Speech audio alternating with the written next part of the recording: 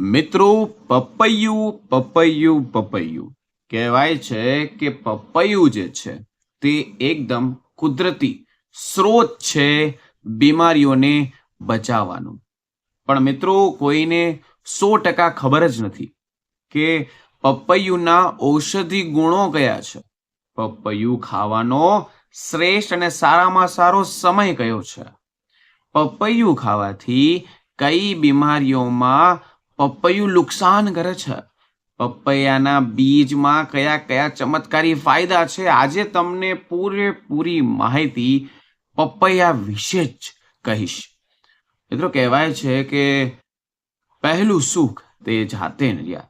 શરીર હંમેશા નિરોગી રાખવા માટે આપણે ઘણા બધા ફળો ખાતા હોઈએ છીએ, ફળોનું સેવન કરતા હોઈએ છીએ. પણ પપૈયું એટલે કે એક એવું પપૈયું છે, એક એવું ફળ છે જે નોર્મલ, સસ્તું અને હંમેશા મળતું રહે, એટલે કે બારે માસ મળતું રહે તેવું છે. સ્વાદમાં તો કે મધુર હોય છે. ઘણા માણસો સવારે ઉઠીને ખાલી એક આદત બનાવે, ખાલી સવારે ઉઠીને ખાલી પેટે એક પપૈયું ખાય છે.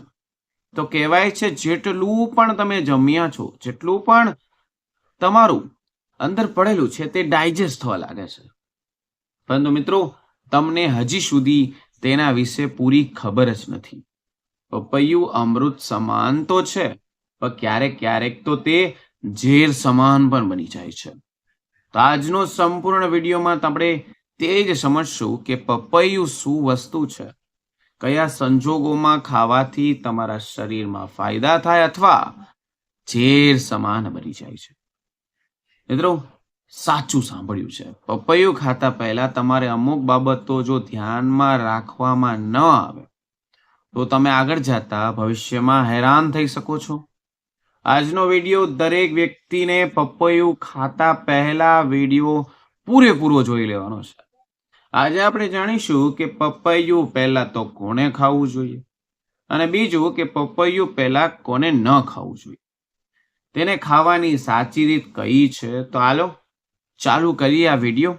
આજનું મહત્વપૂર્ણ સૌથી ચર્ચા પપૈયા વિશે જ કરીશું. સમજશે આયુર્વેદ અને વિજ્ઞાન શું કહે છે આના વિશે. પપૈયું મિત્રો કહેવાય છે માત્ર ફળ નથી, તેની અંદર ભરીને ખનિજો છે, વિટામિન્સ છે, વિટામિનનો ભંડાર છે. પપૈયામાં ભરપૂર માત્રામાં વિટામિન સી ભરીને હોય છે, જે આપણી રોગ પ્રતિકારક શક્તિને બૂસ્ટ કરે છે, વધારે છે. વિટામિન એ તો કે આંખોને તમને આશીર્વાદ રૂપે આપે છે. પપૈયાની અંદર ફાઈબર પણ ભરીને હોય છે, જે લોકોને હંમેશા કબજિયાતની પ્રોબ્લેમ રહેતી હોય, કબજિયાતથી જૂઝતા હોય, તેમના માટે તો પપૈયું મિત્રો રામબાણ તરીકે કામ કરે છે. પણ પપૈયાનો સૌથી ખાસ વાત શું છે? એમાં રહેલું એક તત્વ મિત્રો, એક જ તત્વ, એને કહેવાય છે પેપેરિન. હા મિત્રો, આ એવું એન્ઝાઇમ છે જે કઠણ ખોરાકને ઓગાળવામાં, પચાવવાની તાકાત ધરાવે છે. એટલે તો કહેવાય છે કે જેનું પેટ સાફ એના બધા રોગ માફ. મિત્રો, પેટ સાફ રાખવાનું કામ એક જ ફળ કરે છે, તેનું નામ છે પપૈયું. પહેલા આપણે ફાયદા જોઈ લઈએ. હું તમને ચેતવણી પણ આપીશ કે પાચન તંત્ર માટે જો તમને પ્રોબ્લેમ હોય, એક્સટર્નલ પ્રોબ્લેમ હોય, માનો કે તમને અપચો છે, એસિડિટી છે, ગેસ છે, તો રોજ સવારે તમારે શું કરવાનું છે? 1 વાટકી પપૈયું ખાવું જોઈએ. આમાં રહેલું પેપેરિન તમારા આંતરડામાં જમા થયેલા કચરાને પહેલા તો બહાર કાઢશે. બીજું તો કે વજન ઘટાડવા, જેટલી પણ બહેનો છે જેને વજન ઘટાડવો છે, જો તમે વજન ઉતારવા માંગતા હોય તો પપૈયું તમારા માટે શ્રેષ્ઠ ફ્રૂટ થઈને આવે છે. મિત્રો, ચામડી ઉપરની અલગ જ કુદરતી ચમક પપૈયું આપે છે. પપૈયું ખાવાની સાથે સાથે તેના ટુકડા ચહેરા પર ઘસવાથી અથવા લગાવવાથી કળસલીઓ ઓછી થાય છે.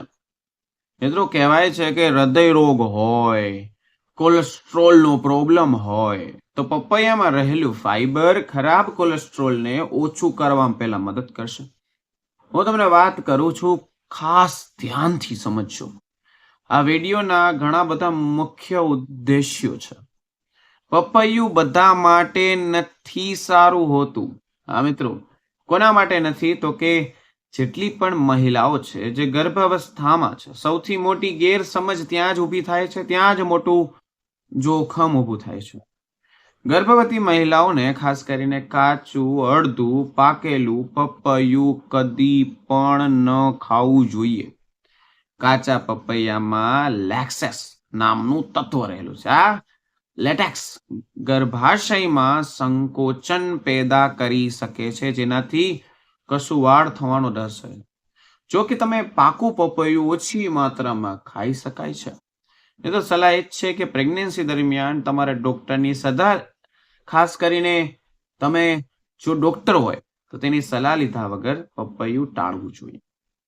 બીજી વસ્તુ તો કે જો તમને કિડનીમાં પથરી હોય, કિડનીમાં સ્ટોન હોય, પપૈયામાં વિટામિન સી ભરીને હોય છે. જો તમે હદ કરતા વધારે ખાઈ લ્યો છો, ગ્રહણ કરી લ્યો છો, તો શરીરમાં કેલ્શિયમ ઓક્ઝાઇલેટની માત્રા વધી જાય છે, જે પથરી બનાવવાનું કારણ મોટામાં મોટું છે. જેમને પહેલેથી પથરીની તકલીફ છે તો તેને હાથ જોડીને વિનંતી છે કે તેને પપૈયું માપમાં ખાવાનું છે. અને જે લોકોને બ્લડ સુગરનો પ્રોબ્લેમ છે, જે લોકોને ડાયાબિટીસની દવા ચાલુ છે, એમનું જોખમ વધી શકે છે. આ મિત્રો, સુગર લેવલ અચાનક ડાઉન થઈ જતું હોય તેવા લોકોને ધ્યાન રાખવાનું છે. પપૈયું જે છે જે બ્લડ સુગરને ઘટાડે છે. જો તમારી દવાઈઓ ચાલુ હોય તો તમારે પપૈયું ખાવશો, સુગર લેવલ બહુ નીચે જાય છે તો પણ તમારે પપૈયું ખાવું ન જોઈએ. મિત્રો, એલર્જીની વાત કરીએ. ચલો, એલર્જી ઘણા લોકોને હોય છે. લોકો પપૈયા ખાતા હોય તો લેટેક્સથી એલર્જી હોય છે.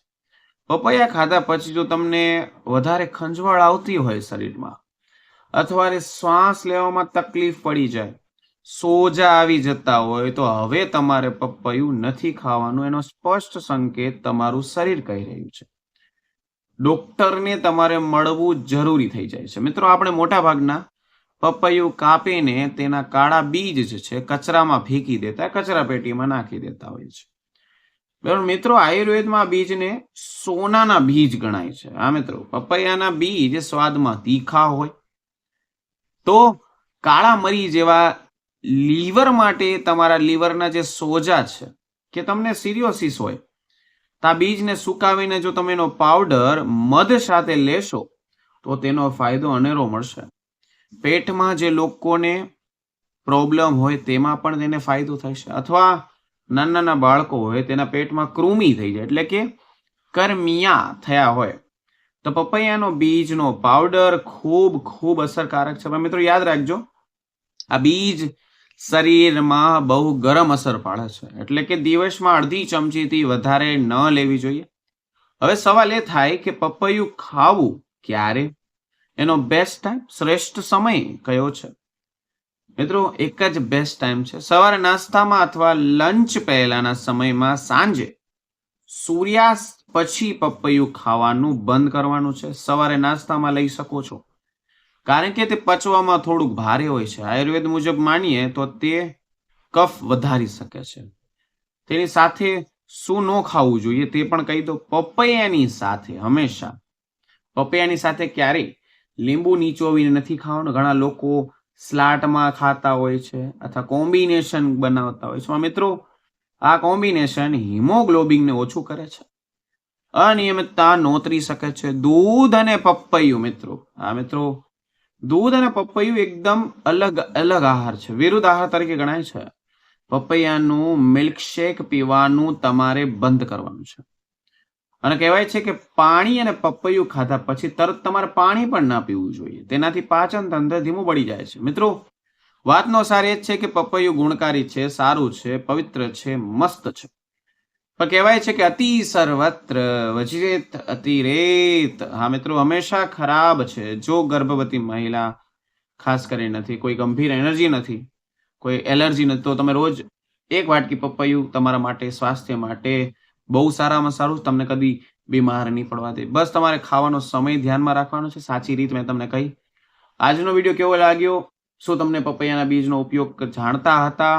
નો જાણતા હોય તો નીચે કમેન્ટ સેક્શનમાં જરૂર જણાવજો. તમે ક્યાંથી આ વિડીયો જોઈ રહ્યા છો તેની કમેન્ટ સેક્શનમાં જરૂર જણાવજો, જેથી કરીને મને ખબર પડે કે તમારો વિડીયો ક્યાં ક્યાં સુધી પહોંચી રહ્યો છે. તો મિત્રો, ફરી મળીશું નવા વિડીયો, નવા ટોપિક સાથે. ત્યાં સુધી બધાને મારા હર હર મહાદેવ અને રાધે રાધે.